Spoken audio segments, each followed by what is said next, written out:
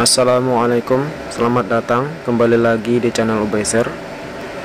Di depan kita ini ada spool kipas angin yang mana sebelumnya kondisinya putus semua. Ini saya kasih isolator, dalamnya saya kasih pernis dan saya bungkus dengan plastik mika kertas itu. Kemudian itu yang ada isolasi kertasnya, lilitannya juga pada putus, sudah makin pendek, jadi saya panjangkan.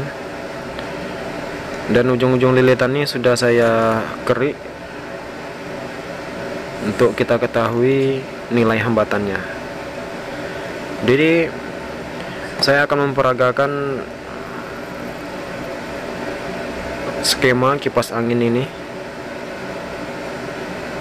agar bisa hidup normal kembali. Jadi langkah awalnya kita harus menghubungkan satu sama lainnya, ya. Cari mana yang terhubung. Jadi di sini kiri dan kanan saya ada masing-masing ada 4 ujung lilitan. Kita harus pertemukan ini terhubung. Jika terhubung kita catat nilainya. Kita kasih tanda terhubung 550 ohm.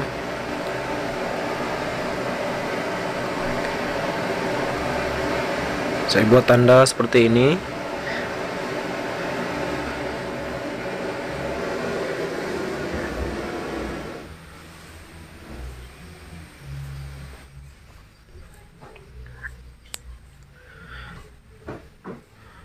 Kemudian kita cari lagi ujung ke ujungnya yang terhubung, kita catat lagi.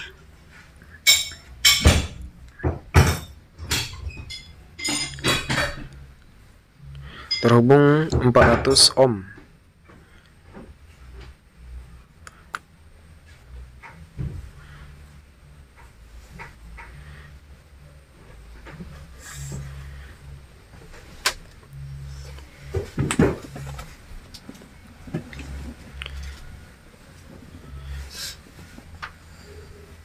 Satunya lagi, ini juga terhubung, kita catat kembali.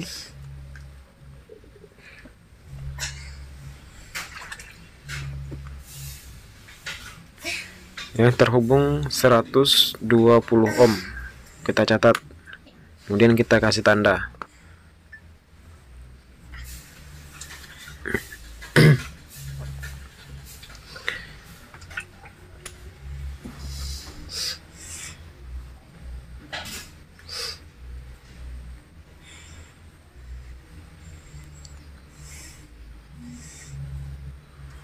Dan yang terakhir ini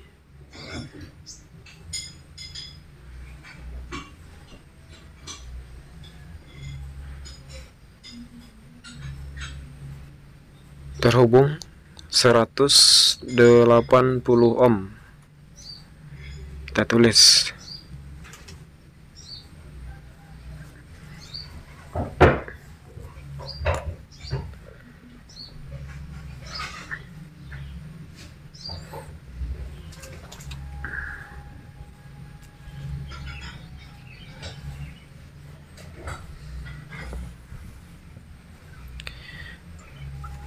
Oke, setelah ini kita akan membuat skema. Ini sudah saya siapkan. Ini simbol lilitan ya, antara ujung ke ujung. Jadi lilitan itu simbolnya ya kurang lebih seperti ini. Jadi susunannya ada running, speed, dan starting. Kita isi yang starting ini. Starting adalah nilai resistansi yang paling tertinggi. Di sini ada 500 ohm. Itulah yang menjadi startingnya.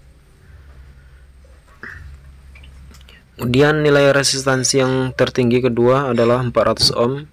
Itu kita posisikan di running. Dan tertinggi ketiga 180 ohm.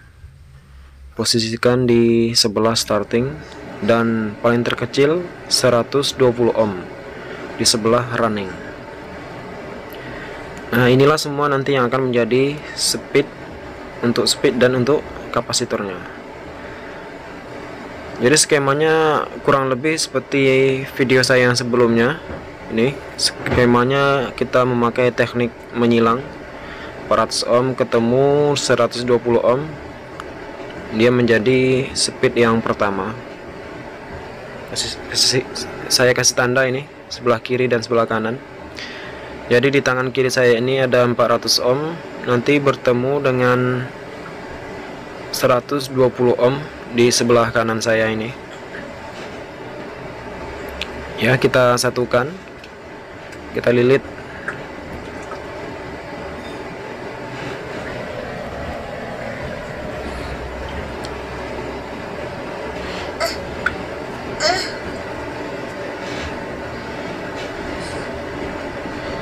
Kemudian kita kasih tanda 1, artinya ya speed 1.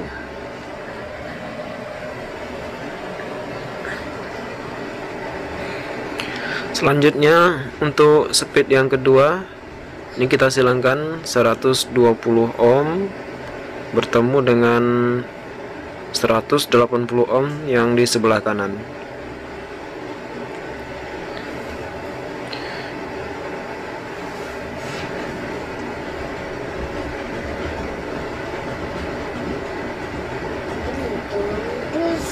Kita kasih tanda 2 atau speed 2.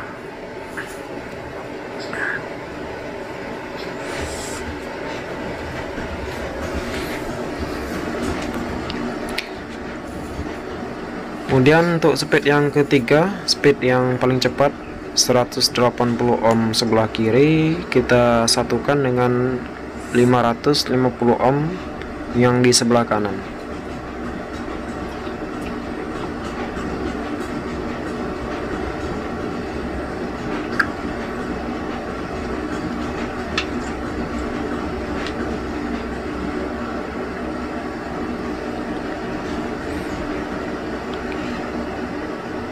Setelah itu kita kasih tanda lagi, yaitu 3 atau speed 3.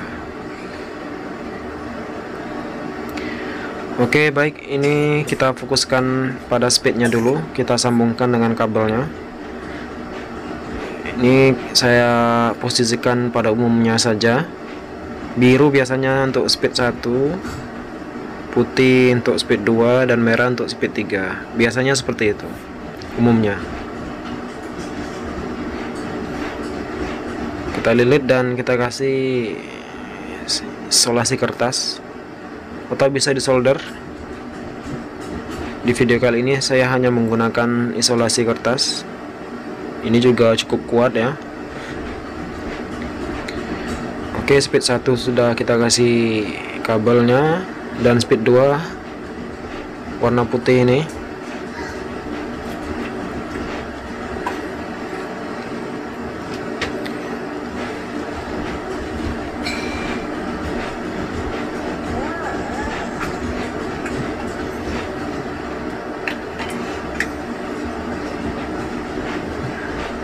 Dan untuk speed 3 ini kita berikan kabel yang merah.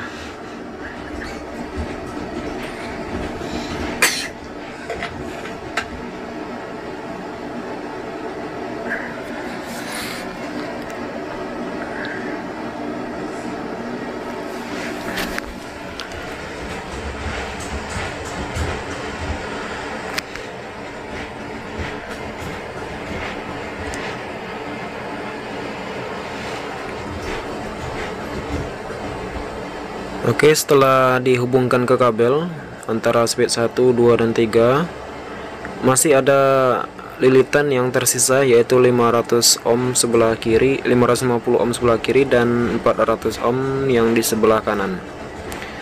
Jadi dua lilitan inilah yang nantinya untuk ke listrik PLN dan kapasitor. Jadi 550 ohm ini nanti bertemu dengan sebuah kapasitor, dan di sebelah kapasitornya nanti dihubungkan dengan thermofuse atau sekringnya, dan 400 ohm ini bertemu dengan termofuse yang di sebelahnya. Dan untuk netralnya yang ke PLN itu bertemu dengan kapasitor dan lilitan 550 ohm. Ini menjadi netralnya atau 0 ya. Untuk 550 ohm ini saya tandai dengan kabel saja dulu. Jadi kapasitornya kita pasang belakangan ya, dengan kabel hitam nih. Kabel hitam ini menjadi netralnya atau tombol nolnya nanti ya. Dia bertemu dengan kapasitor dan lilitan 550 ohm.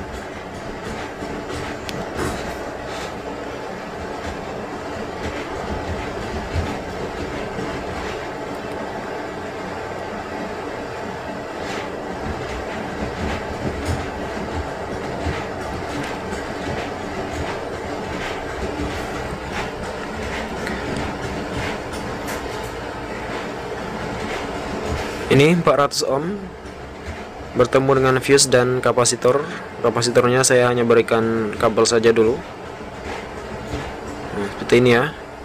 Jadi termofuse-nya juga kita kasih isolator agar tidak terjadi konslet. Boleh itu pakai selongsong ya, boleh juga memakai isolasi kertas seperti ini.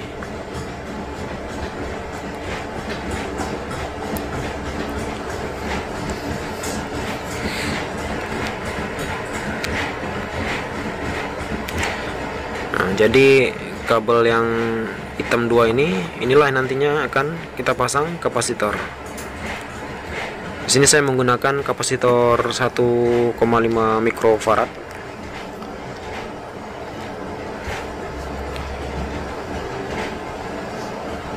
Kemudian untuk lebih detailnya ini ya. Jadi tombol 1, 2, 3 ini juga nanti terhubung ke setrum PLN 220. Di sini saya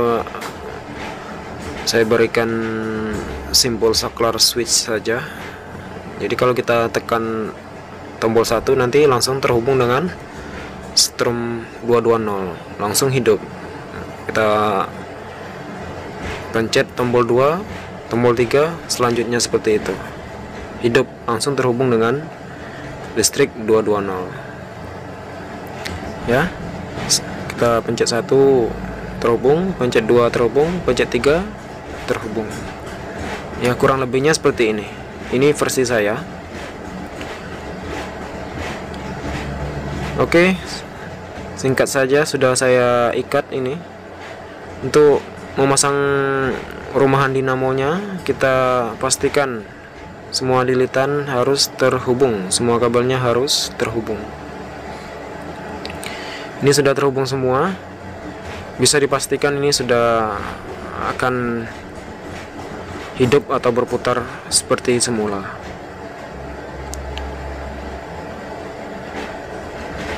Kabelnya pendek, saya panjangkan ya. Kita pasang. Jadi inilah keistimewaan kalau kita bisa membaca dan memahami skema kipas angin. Jadi ya keistimewaannya ya, kalau ada lilitan yang putus semua atau kita bingung untuk menentukan mana untuk kabel yang speed 1, untuk yang ke kapasitor. Jadi inilah alternatifnya. Ya, skema itu sama seperti peta. Kalau kita tersesat, nah kita tentu butuh peta untuk menemukan jalan atau titik terangnya. Jadi inilah langkahnya. Kita harus mengerti dan memahami sebuah skema.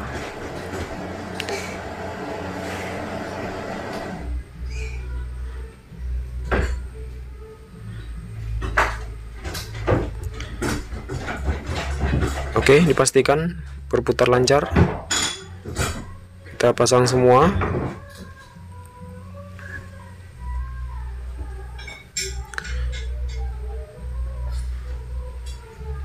dan kita hubungkan dengan tombolnya ini. Kita hubungkan dengan tombol switch. Ini bukan bawaannya ya, jadi kondisinya ini hanya dinamonya saja yang ada. Jadi saya sesuaikan dengan tombolnya. Tadi kabel 1 berwarna biru, kita hubung ke tombol 1. Kebetulan tombol satunya ini berwarna hitam.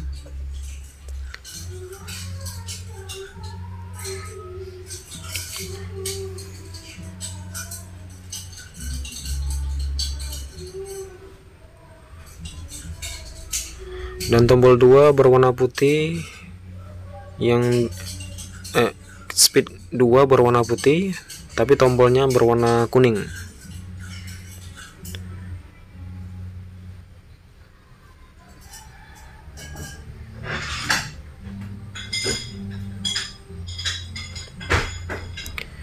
Speed 3 kabel merah, bertemu tombol 3, kabelnya sama merah.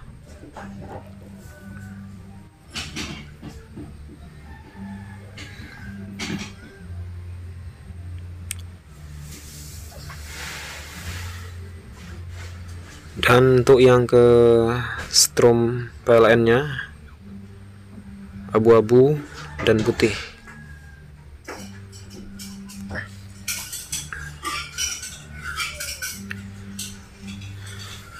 Kita pasang kapasitornya.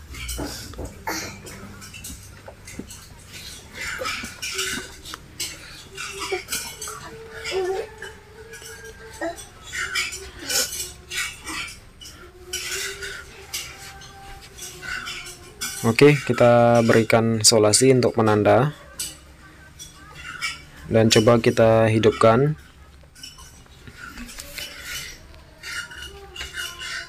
Ya, apakah berputarnya sebelah kanan? Kalau sebelah kanan berarti normal. Oke ya, kanan ya. Speed 1 pelan, speed 2 sedang, dan speed 3 makin kencang. Aslinya ini lebih kencang karena tidak memakai baling-baling, tapi saya tunjukkan sampai di sini saja. Lihat ya, ke kanan.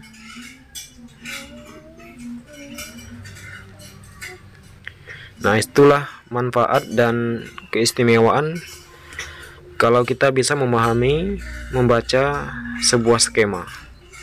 Jadi kita tidak tersesat di jalan, sama seperti peta. Oke rekan-rekan, baiklah, sekian, terima kasih, semoga bermanfaat. Sampai jumpa di tutorial berikutnya.